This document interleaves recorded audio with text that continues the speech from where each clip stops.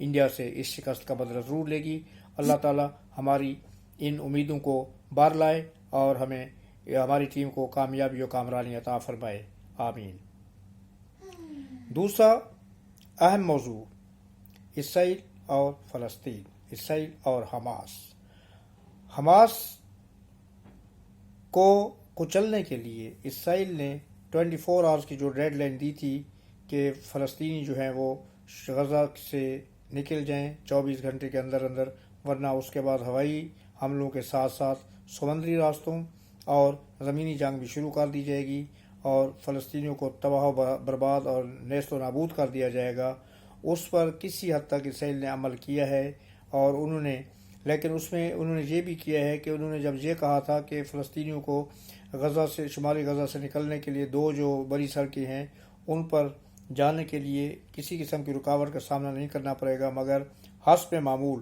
وعدہ خلافی کرتے ہوئے اسرائیل نے فلسطینیوں کے نہتے لوگوں پر جو وہاں سے نقل مکانی کر رہے تھے ان کے قافلوں پر بھی بمباری کی، اور اسرائیلی بمباری اور ان کے خوف سے تقریباً 4 لاکھ کے قریب جو فلسطینی ہیں وہ غزہ کی پٹی سے انخلا کر چکے ہیں، جا چکے ہیں، جبکہ اس علاقے میں رہنے والے فلسطینیوں کی کل تعداد تقریباً 12 لاکھ کے قریب ہے۔ حماس نے کسی بھی صورت میں اسرائیل کے دباؤ میں آ کر شمالی غزہ کی پٹی کو چھوڑنے سے انکار کر دیا ہے۔ اسی طرح مصر نے بھی فلسطینیوں کو ہدایت کی ہے کہ وہ یہاں سے ہجرت نہ کریں، کیونکہ اگر ایک دفعہ وہ اس علاقے کو چھوڑ کر چلے گئے تو اس کے بعد فلسطین کا نام و نشان مٹ جائے گا، کیونکہ اسرائیل اس علاقے پر قبضہ کر لے گا اور پھر فلسطینی ریاست کا خواب ہی رہ جائے گا۔ دوسری طرف دنیا کے بہت سے ممالک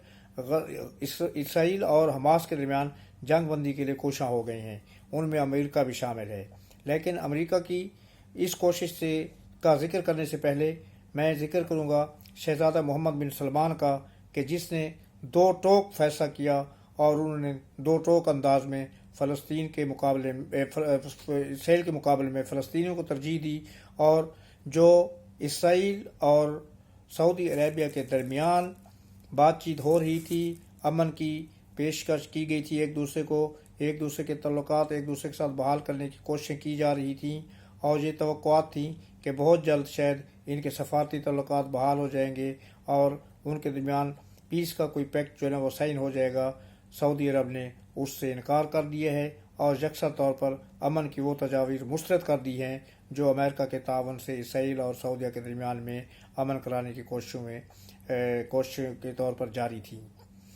اس صورتحال کو بھانپتے ہوئے امریکہ کے وزیر خارجہ مسٹر بلنکن فوری طور پر سعودی عرب پہنچے۔ انہوں نے اپنے ہم منصب سعودی وزیر خارجہ سے بھی ملاقات کی اور شہزادہ محمد بن سلمان سے بھی ملاقات کی اور ان کو کنونس کرنے کی کوشش کی، لیکن MBS نے واضح طور پر امریکی وزیر خارجہ کو بتا دیا کہ اگر فلسطین میں امن نہیں ہے، اگر فلسطین میں یہ جو قتل و غارت گری اور خون ریزی اسرائیل نے شروع کی ہوئی اس کو نہ روکا گیا اور فلسطین کے ان علاقوں کو خالی نہ کیا گیا اور فلسطین کے ساتھ عمل کی شکوں پر عمل نہ کیا گیا، تو سعودی عرب کسی بھی صورت میں اسرائیل کے ساتھ کسی قسم کے عمل مذاکرات کرنے کے لیے تیار نہیں ہے۔ یہ وہ سٹانس ہے جس کے لیے ہم گزشتہ کئی دنوں سے کہہ رہے تھے کہ سعودی عرب کو لینا چاہیے، اور آج سعودی عرب نے اس کا مظاہرہ کر کے دکھا دیا ہے۔ اس کے ساتھ ساتھ سعودی عرب کی درخواست پر OIC کا اجلاس 18 تاریخ کو بلایا گیا ہے، اور اس میں OIC کنٹریز کے جو ممبر ہیں، OIC کے جو ممبر کنٹریز ہیں ان کے وزراء خارجہ اس اجلاس میں شرکت کریں گے، اور امید ہے کہ اس اجلاس میں بھرپور طریقے سے اسرائیل کی مذمت کی جائے گی۔ دوسری طرف اقوام متحدہ بھی بار بار اسرائیل کو متنبہ کر رہا ہے کہ کسی بھی انسانی المیت سے بچنے کے لیے اسرائیل کو فوری طور پر غزہ سے واپس آنا چاہیے، اور اسرائیل جس طریقے سے ظلم و ستم کر رہا ہے، جس طریقے سے بمباری کر رہا ہے غزہ کے علاقوں پر، بچے، بوڑھے، خواتین جس میں ماری جا رہی ہیں، اس بمباری کو بند کیا جائے اور فوری طور پر جنگ بندی کر کے امن کا کوئی معاہدہ کیا جائے۔ اس کے ساتھ ساتھ ایران امریکہ کے مقابلے میں آمنے سامنے کھڑا ہو گیا ہے، اور انہوں نے دھمکی دی ہے کہ اگر اسرائیل نے اپنی یہ جارحیت جاری رکھی تو پھر ایران بھی پیچھے نہیں رہے گا اور وہ اس میں مداخلت کرے گا اور شاید اس سے ایک نیا محاذ کھل جائے، اور وہ نیا محاذ جو ہے وہ ہے حزب اللہ کا محاذ۔ لبنان کی طرف سے ایران کی مدد سے جو ایران کا جو حامی گروپ ہے جس کا ایران حامی ہے حزب اللہ، انہوں نے بھی دھمکی دی ہے کہ اگر اسرائیل نے اپنی جارحیت سے قدم پیچھے نہ ہٹائے، اپنی جارحیت کو نہ روکا، اپنی جارحیت پر بند نہ باندھا، تو پھر حزب اللہ ایک اور محاذ کھول جائے گی اور اسرائیلیوں کے لیے یہ زمین تنگ ہو جائے گی۔ دوسری طرف امریکہ نے جنگ بندی کرانے کے لیے، اسرائیل اور حماس میں جنگ بندی کرانے کے لیے چین کے وزیر خارجہ کو فون کیا ہے اور ان سے اپنا اثر رسوخ استعمال کر کے، کیونکہ مشرق وسطی میں چائنا کا کافی اثر رسوخ ہے، تو انہوں نے ان سے گزارش کی ہے، درخواست کی ہے کہ وہ اپنا اثر رسوخ استعمال کریں اور جنگ بندی میں معاون ثابت ہوں اور فریقین کو جنگ بندی کرنے کے لیے راضی کریں۔ ترکی، امریکا، ایران،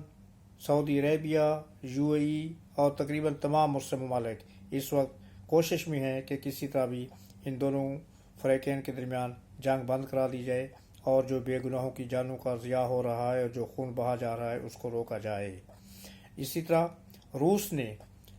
بھی UNO کی سیکیورٹی کونسل کا جو اجلاس ہوا، بند کمرے کے اندر جو اجلاس ہوا، اس میں جنگ بندی کی ایک قرارداد پیش کی ہے، لیکن روس کی قرارداد میں واضح طور پر یہ کہا گیا ہے کہ جنگ بندی کی کنڈیشنز میں یہ شرط بھی اس میں شامل کی گئی ہے کہ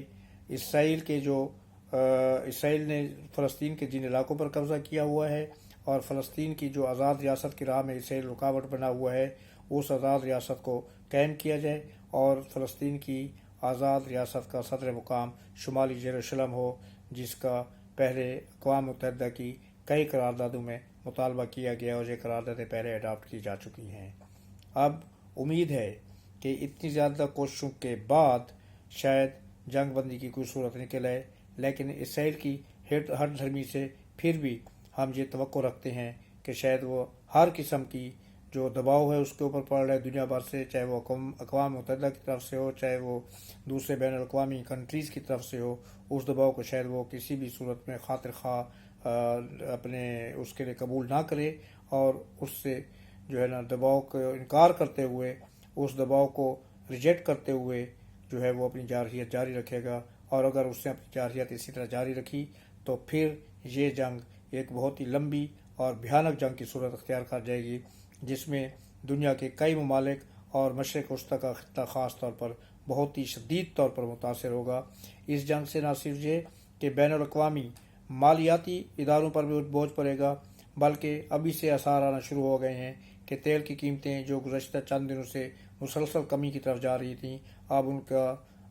نرخ جو ہے ایک دم 5% جو ہے نا بڑھ گیا ہے۔ اسی طرح سونے کی قیمت میں بھی 2.5% اضافہ ہو گیا ہے، اور اگر یہ جنگ مزید چند دن اسی طرح جاری رہی تو ان چیزوں کی قیمتوں میں اضافہ ہوگا، اور تیل کی قیمت میں اضافے کا مطلب یہ ہے کہ براہ راست دنیا بھر میں ہر چیز میں مہنگائی میں اضافہ ہوگا، جو کہ دنیا بھر کے مالیاتی بحران کی طرف ایک نیا قدم ہوگا اور دنیا ایک نئے مالی بحران کا شکار ہو جائے گی۔ ہم توقع رکھتے ہیں کہ دنیا کی بڑی طاقتیں اسرائیل کو اس بات پر مجبور کریں گی کہ وہ ان سب چیزوں کو مد نظر رکھتے ہوئے فلسطینیوں کے خون ریزی بند کرے، ان کا خون بہانا بند کرے اور ان کو اقوام متحدہ کی قراردادوں کے مطابق آزادی کا پروانہ پکڑائے۔ آج تک کے لیے اتنے کافی۔ انشاءاللہ بہت جلد اگر زندگی رہی تو ایک نئے ولاگ کے ساتھ آپ کی خدمت میں حاضر ہوں گے۔ اللہ آپ کا حامی و ناصر ہو۔ اللہ نگہبان۔ السلام علیکم اور شکریہ۔